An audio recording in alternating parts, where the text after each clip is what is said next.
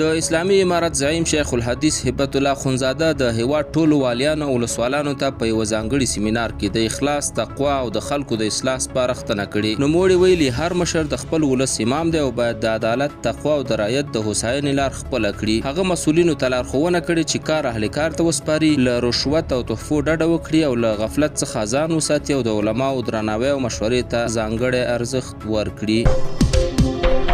په روسیه کې د افغانستان په اړه د مسکو فارمټ 8مه غونډه پیل شوې چې پکې د بهرنیو چارو وزیر مولوي امیر خان متقي د رسمي غړي په توګه ګډون کړی دی. نوموړي د غونډې په څنډه کې له خپل روسي سیال سرګي لاوروف سره هم کتلي چې دواړو لورو د افغانستان پر امنیت او ثبات ټینګار کړی. لاوروف د اسلامي امارت د ترهګرۍ او نشهیي توکو پر ضد د هڅو هرکلی کړی او متقي د روسیې له لوري د اسلامي امارت د رسمیت پیژندنې مننه کړې او دا یو تاریخي اقدام بللی دی.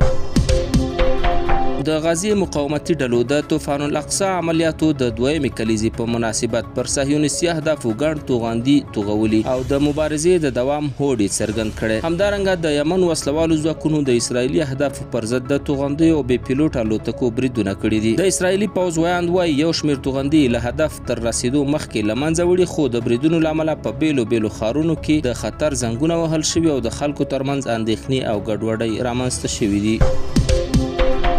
د حماس او اسرائیلو ترمنځ په مصر کې غیر مستقیمي خبرې دوام لري، خو د اختلافاتو له امله لا هم ورو پرمختګ شوی. سرچینې وایي خبرې د ولسمشر ډونالډ ټرمپ د سولې د طرحې په چوکاټ کې د 2 کلونو جګړې د پای ته رسیدو لپاره روانې دي. د بندیانو د خوشي کولو لیست د دواړو لورو ترمنځ اصلي اختلاف بلل کیږي، ځکه اسرائیل د حماس د غړو د خوشي کولو مخالفت کوي. ټاکل شوی چې د امریکا ځانګړی استازی او مشاور جارد کوشنر هم خبرو ته ورګډ شي ترڅو د اوربند او د ځواکونو د وتلو پر سر وروستی توافق رامنځته شي.